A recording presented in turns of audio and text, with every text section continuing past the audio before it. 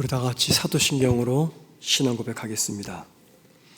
전능하사 천지를 만드신 하나님 아버지를 내가 믿사오며 그 외아들 우리 주 예수 그리스도를 믿사오니 이는 성령으로 잉태하사 동정녀 마리아에게 나시고 본디오 빌라도에게 고난을 받으사 십자가에 못 박혀 죽으시고 장사한 지 사흘 만에 죽은 자 가운데서 다시 살아나시며 하늘에 오르사 전능하신 하나님 우편한 데 계시다가 저로서 산 자와 죽은 자를 심판으로 오시리라.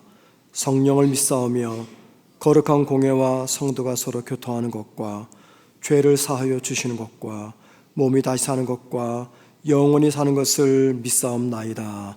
아멘. 찬송가 368장 찬양하시겠습니다. 368장입니다.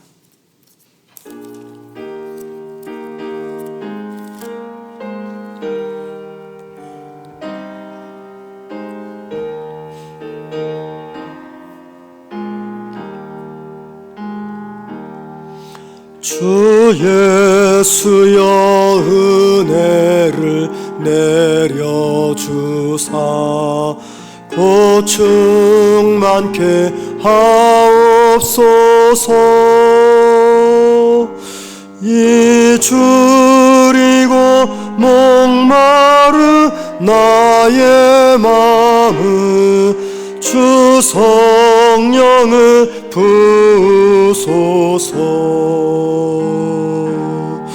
주 예수여 충만한 은혜 내 영혼에 부으소서. 주 예수만 나의 힘 되고 내 맘속에 옵니다. 주 예수여 죄에서 풀어주사 날 정결케 하옵소서. 이 세상의 유혹이 나의 마음을 틈 못하게 하옵소서. 주 예수여 충만한 은혜 내 영혼에 부으소서. 주 예수만 나의 힘 되고 내 만족함 되니. 4절입니다. 주 예수여 주 예수여 완전한 주의 사랑 나 받기를 원합니다. 그 사랑이 내 맘에 충만하여 날 기쁘게 하옵소서. 주 예수여 충만한 은혜 내 영혼에 부으소서. 주 예수만 나의 힘 되고 내 만족함 되니다. 내 마음에 임하신 주의 성령 늘 계실 줄 믿습니다. 그는 살을 나에게 부어주사 주 섬기게 하옵소서. 주 예수여 충만한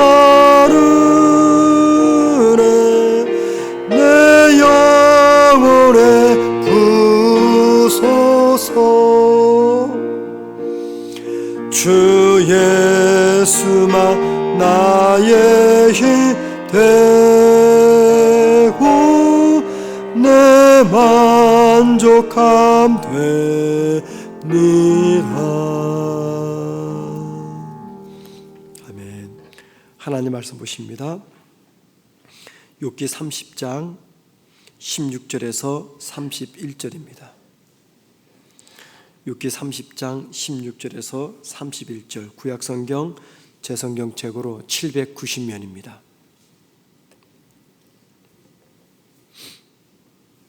16절 제가 혼자 31절까지 읽겠습니다. 이제는 내 생명이 내 속에서 녹으니 환난 날이 나를 사로잡음이라.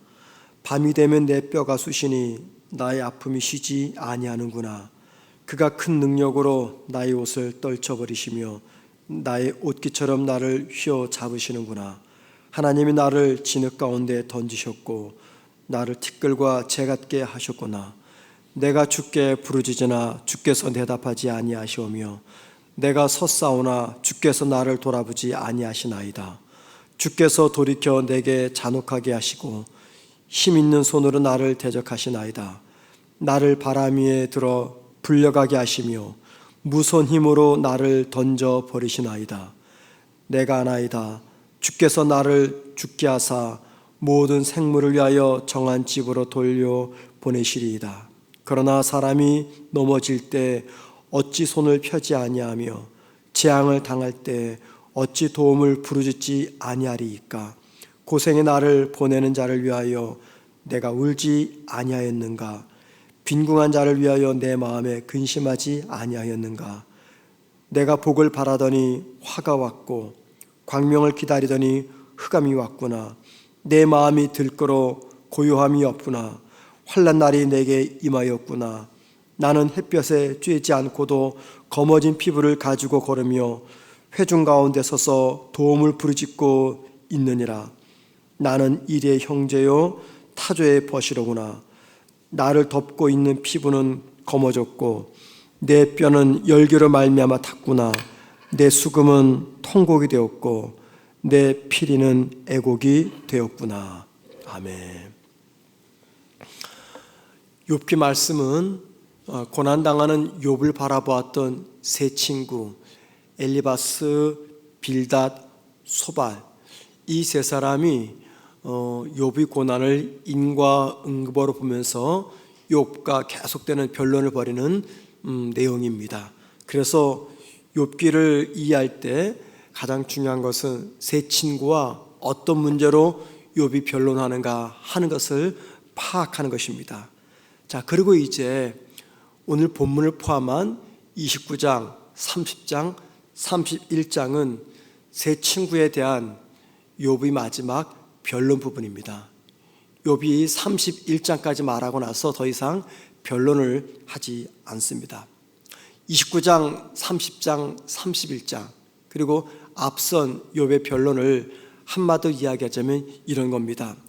욥과 같은 고난을 당하는 사람은 모두 하나님의 명령을 거역한 죄인 또는 의인이라고 단정 지을 수 있는가라는 거죠. 하나님을 믿는 성도가 고난을 당하면은 그것이 그 사람이 하나님의 명령을 어긴 죄인 혹은 의인을 말할 수 있는 증거인가라는 겁니다. 오늘 우리가 읽은 이 본문 앞에 1절부터 15절 말씀 보면은요, 고난 당하기 전에 욥은 그 사회의 소외된 사람들을 최선을 다해서 돌봤던 사람이었습니다. 그러다 보니 그때는요 많은 사람들로부터 존경을 받았어요. 그러지 않겠습니까? 힘들고 어렵고 소외되고 고난당하는 자를 욥이 최선을 다해서 도왔더니 당연히 그들로부터 존경받는 것은 당연한 일이죠. 그런데 욥이 고난을 당하면서 욥을 존경했던 많은 사람들이 고난받는 욥을 모욕하고 있다라고 말합니다. 자, 오늘 말씀에도 이제 그런 이야기가 나오는데요. 오늘 본문은 욥의 긴 탄식이 담긴 내용입니다. 그런데 오늘 본문을 보면서 중요한 한 가지는 있어요. 그것은 욥은 자신이 왜 억울하게 이 고난을 겪는지 그 이유를 하나님께 따져 묻지는 않습니다. 하나님, 왜 의로운 내가 이 고난을 당하는 것입니까? 라고 하나님 앞에 따져 묻지는 않아요. 대신에 자신이 당하는 이 고통 때문에 너무나 힘들다고 하나님께 호소합니다. 그러니까 본문은 하나님, 내가 지금 너무 힘들어요 라고 하는 욥의 고통에 대한 탄식이며 호소의 내용입니다. 오늘 본문은 크게 두 부분으로 나눕니다. 16절부터 19절까지 말씀은요, 욥은 자신에게 찾아온 이 고난으로 인해서 자신의 정신과 영혼이 큰 고통을 당하고 있는데, 그 정신과 영혼의 고통을 무엇으로 비유하냐면 육체적 고통의 단어들로서 표현하고 있어요. 정신과 영혼의 고통을 당하는데 마치 육체적 고통을 당하는 것처럼 그 단어로서 표현을 합니다. 여러분, 오늘 16절 말씀 보세요. 이제는 내 생명이 내 속에서 녹으니 라고 말합니다. 내 속에서 녹으니, 이 말은 내 생명이 내 속에서 뒤집어졌다 그 말입니다. 왜 그렇습니까? 고통의 날들이 자신을 사로잡았기 때문이다 라고 말해요. 또 17절 말씀 보세요. 밤이 되면 내 뼈가 쑤시니 나의 아픔이 쉬지 아니하는구나. 욥은 지금 어떤 질병에 걸린 겁니까? 근육통이 아닙니다. 류마티스가 아니에요. 피부병입니다. 그런데 피부병을 당하는데 뭐라고 말합니까? 뼈가 쑤시고 있다라고 말해요. 밤이 되면 뼈가 쑤신다. 그 말은 육체적 질병 때문에 뼈가 쑤시는 것이 아니라 자신에게 찾아온 그 고난으로 인해서 뼈가 쑤시는 것처럼 그의 정신이, 그의 영혼이 고통을 당하고 있다라는 겁니다. 그리고 욥이 힘들었던 진짜 이유는 고난을 만나서 힘들어하는 자기를 하나님께서 돌보지 않았기 때문이다 라고 말합니다. 19절 보세요. 하나님이 나를 진흙 가운데 던지셨고 나를 티끌과 재 같게 하셨구나. 이 말이 무슨 말입니까? 하나님이 자기를 극심한 고통 속에 몰아넣으시고 그 고통 속에서 부르짖는 자신을 돌아보지 않고 도리어 더 심하게 자신을 공격하는 것처럼 느끼고 있다 그 말입니다. 욥이 힘들었던 진짜 이유는요, 자신은 고난으로 인해서 죽을 것만 같은데 하나님은 자신의 고통을 모른 척 하시는 하나님의 침묵 때문이었습니다. 그리고 욥은 하나님을 향한 그 섭섭한 마음을 숨기지 않고 있는 그대로 표현하고 있는 것이죠. 하나님을 향해서 섭섭한 마음을 있는 그대로 표현하는 욥의 모습, 이게 불신앙적인 모습입니까? 아니면 바른 신앙인의 모습입니까? 여러분, 우리가 하나님께 섭섭한 마음이 들 때가 있잖아요. 하나님이 전능하신 하나님이라고 하는데, 하나님이 내 머리카락 안에까지도 알고 계신다고 하는데, 그런데 왜 지금 나에게 찾아온 이 문제를 그냥 허용하시고 지켜만 보시는가? 하나님 왜 그렇게 내가 간구해도 도와주지 않는가? 여전히 내 문제가 풀리지 않는가? 그럴 때 우리 마음속에 솔직히 어떤 마음이 찾아옵니까? 그래도 괜찮아, 하나님은 전능하신 하나님입니까? 이런 마음이 듭니까? 아니면 속상하고 힘들고 하나님의 전능성에 대해서 의심이 듭니까? 후자의 마음이 들어야 됩니다. 전자의 마음이 든다는 것은 내가 믿음이 좋다, 그게 아니에요. 하나님께 섭섭하고 답답한 마음이 생길 때 그걸 숨기지 않고 그대로 하나님 앞에 꺼내서 표현하는 것, 이것은요 절대 믿음이 연약한 증거가 아니라는 겁니다. 오히려 하나님께 섭섭함을 토로한다는 것은 하나님을 나의 아버지로 내가 인정한다는 거예요. 여러분, 아저씨들에게는요, 아줌마들에게는 내 속상한 마음, 힘든 마음 절대 표현하지 않습니다. 그냥 내가 꾹 참고 지나가 버리면 돼요. 근데 아버지는 안 그래요.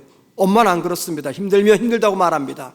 속상하면 속상하다고 이야기합니다. 비록 그것 때문에 엄마 아빠 한바탕 싸움이 일어나도 엄마 아빠에게는 숨기지 않고 그대로 내 속상함을 표현합니다. 믿음으로 섭섭함을 표현하는 우리의 의심과 불평, 하나님께서 책망하십니까? 수용하지 않습니까? 아니요. 있는 그대로 수용하시고 그런 저와 여러분을 절대 책망하지 아니하십니다. 오히려 기뻐하시죠. 왜? 하나님을 아버지로 우리가 인정해 드리기 때문입니다. 오히려 힘든 상황을 만났음에도 하나님을 향해서 아무런 반응을 보이지 않고 있다. 뭐 괜찮아, 그럴 수 있지 라고 한다는 것은 우리가 하나님을 옆집 아저씨로 대우해 드리는 겁니다. 거기에는 믿음이 없습니다. 하나님은 우리가 속상하고 섭섭할 때 아무런 반응 보이지 않는 것, 그것을 문제 삼으신다는 겁니다. 단 우리가 하나님 앞에 섭섭함과 의심과 불평을 토로할 때 반드시 기억할 것이 하나가 있습니다. 얼마든지 섭섭하고 의심, 불평할 수가 있어요. 하지만 반드시 한 가지는 기억하셔야 됩니다. 그것은 하나님의 섭리, 계획, 뜻을 함부로 판단하지 말고 내 생각 속으로 제한시키지 말아야 된다는 것입니다. 하나님은 나를 향한 당신의 뜻과 섭리와 계획을 성취하기 위해서라면 내가 당하는 이 고난을 반드시 사용하십니다. 하나님을 향해서 의심과 불평과 섭섭한 마음을 표현할 때 한 가지를 꼭 기억해야 됩니다. 하나님은 내가 당하는 이 고난을 통해서 당신이 하시고자 하는 그 일들을 반드시 이루어 가신다라는 겁니다. 자, 두 번째 본문은요 20절에서 31절 말씀인데, 고난 때문에 부르짖는 욥의 부르짖음을 하나님께서 무시하신다라고 하는 욥의 탄식입니다. 여러분 20절 말씀 보시기 바랍니다. 내가 주께 부르짖으니 주께서 대답하지 아니하시오며 내가 섰사오나 주께서 나를 돌아보지 아니하시나이다. 여러분 이게 무슨 말입니까? 주께서 대답하지 아니하신다. 이 말은요 하나님이 그냥 나를 쳐다보고만 계신다 그 말이에요. 지금 자신은 고난 때문에 너무 힘들어 하나님께 막 부르짖고 있는데 하나님은 아무 말 없이 그냥 지켜만 보시면서 자신의 부르짖는 소리를 듣지 않고 있다 그 말이죠. 욥은 고난을 당한 첫날부터 지금까지 쉬지 않고 하나님께 부르짖으면서 손을 내밀었어요. 그런데 하나님은 그 손을 뿌리치면서 부르짖는 욥을 외면하셨습니다. 욥은 자신이 하나님 앞에 부르짖을 때 하나님은 즉시 사랑과 자비의 손길을 내밀어서 부르짖는 자신의 손을 붙잡아 줄 알았을 겁니다. 왠지 아십니까? 그 이유가 있어요. 욥이 고난 당하기 전에 어떤 삶을 살았습니까? 누군가가 힘들다고 손 내밀면 얼른 달려가서 그 손을 잡아 주었어요. 누군가가 고난을 겪을 때 욥은 달려가서 그를 세워 주었어요. 누군가가 외면당하고 소외감을 느낄 때 욥은 그를 찾아가서 위로하며 따뜻하게 격려해 주었어요. 한낱 인생도 그렇게 살았는데 전능하신 하나님이라면 자기보다 더 최선을 다해서 고난당하는 자를, 소외되고 외면당하는 자를 찾아오셔서 위로하시고 격려하셔야 되지 않겠느냐라는 믿음이 욥에게 있었기 때문입니다. 그런데 자신의 기대와는 달리 하나님은 욥의 부르짖는 소리를 듣고도 끝내 침묵하셨어요. 여러분, 그래서 탄식하는 이 욥의 탄식이 누구의 탄식입니까? 저와 여러분의 탄식이 아닙니까? 고난 만났을 때 내가 남들보다 더 성실하게 살았고, 내가 정직하게 살았고, 주님을 위해서, 교회를 위해서 정말 열심히 살았는데 왜 하나님이 그런 나를 도와주지 아니하시는가? 이런 탄식이 고난당할 때 우리 안에서 나타납니다. 그런데 여러분, 우리가 중요한 것을 생각해 보십시다. 그건 뭐냐면 우리가 의롭고 정직하고 주를 위해서 충성하면은 하나님이 무조건 그런 내 기도를 들어주셔야만 되는 겁니까? 내가 하나님을 위해서 열심히 살았습니다. 내가 최선을 다했습니다. 정직하게 살았어요. 그래서 하나님은 고난당하는 나를 돌아보시고, 그래서 하나님은 내 기도에 반드시 응답하셔야만 되는 분이십니까? 여러분, 만약에 저와 여러분이 그렇게 생각하신다면 우리는 지금 나의 선행, 나의 공로로 하나님을 내 마음대로 조종할 수 있다라고 생각하는 것입니다. 여러분, 만약에 하나님께서 내가 원하는 방향으로 움직일 수 있다면, 만약 하나님은 내가 원하는 대로 따라와 주신다면, 만약 하나님은 나의 선행과 공로에 따라서 내 기도에 반드시 즉각적으로 응답하셔야 된다면, 여러분, 그 하나님이 전능하신 하나님입니까? 아니죠. 내 마음대로 부릴 수 있는 요술 램프에 담겨있는 진화와 똑같은 분입니다. 하나님은 우리가 의롭기 때문에 반드시 내 기도에 응답하시는 분이 아닙니다. 우리가 이 땅에서 의롭게 살고 믿음으로 살면 그 삶의 모습 때문에 하나님은 무조건 나에게 축복을 주시는 분은 아니라는 겁니다.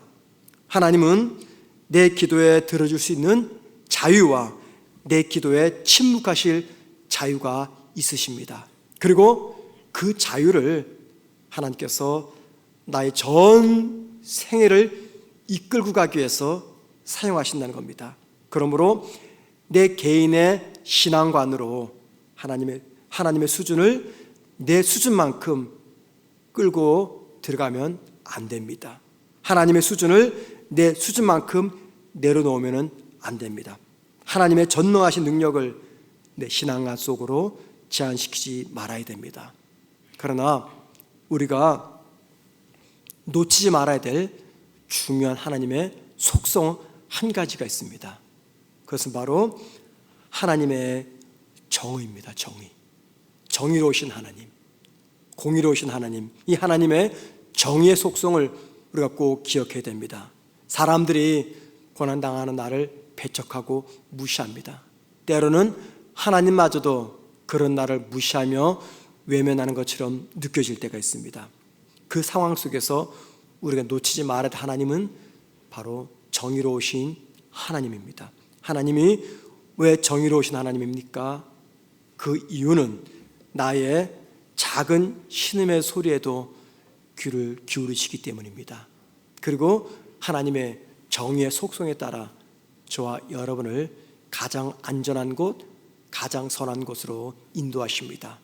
이 시간 그 정의로우신 하나님을 바라보면서 기도하는 저와 여러분 되기를 주의 이름으로 축원을 드립니다.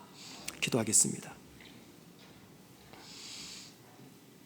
하나님, 오늘 하루도 하나님과 동행하는 우리가 되게 하시고, 내가 동행하는 그 하나님, 내 손을 잡고 인생길 걸어가시는 그 하나님이 정의로우신 하나님, 공의로우신 하나님임을 기억하는 우리가 되게 하여 주옵소서.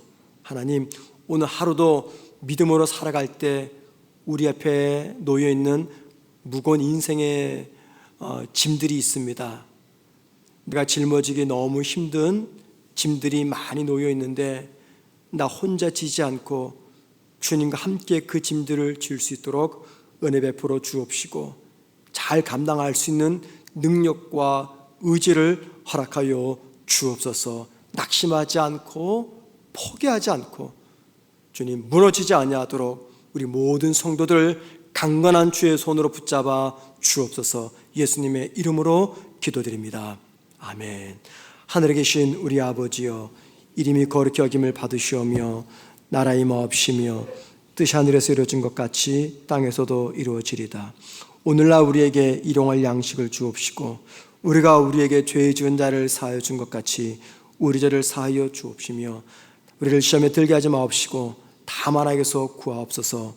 대개 나라와 권세와 영광이 아버지께 영원히 있사옵나이다. 아멘.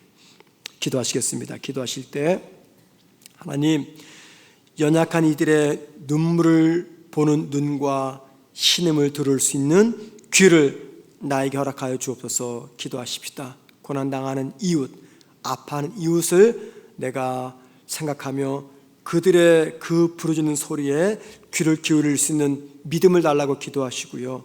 두 번째, 2023년 12월 한 달 조금 안 남았습니다. 온 성도들이, 성문교회 성도들이 2023년 한 해를 잘 마무리하는 12월이 될 수 있도록 기도하시고요. 마지막 세 번째, 오늘 수요 예배를 통한 하나님의 은혜를 부어달라고, 특별히 말씀 전하실 우리 김인천 목사님을 성령 충만케 해달라고, 많은 성도들이 수요 공예배를 빠지지 않고 참석할 수 있게 해달라고 다 같이 함께 기도하시다가 자유롭게 개인 기도하시면서 돌아가시겠습니다. 기도하겠습니다.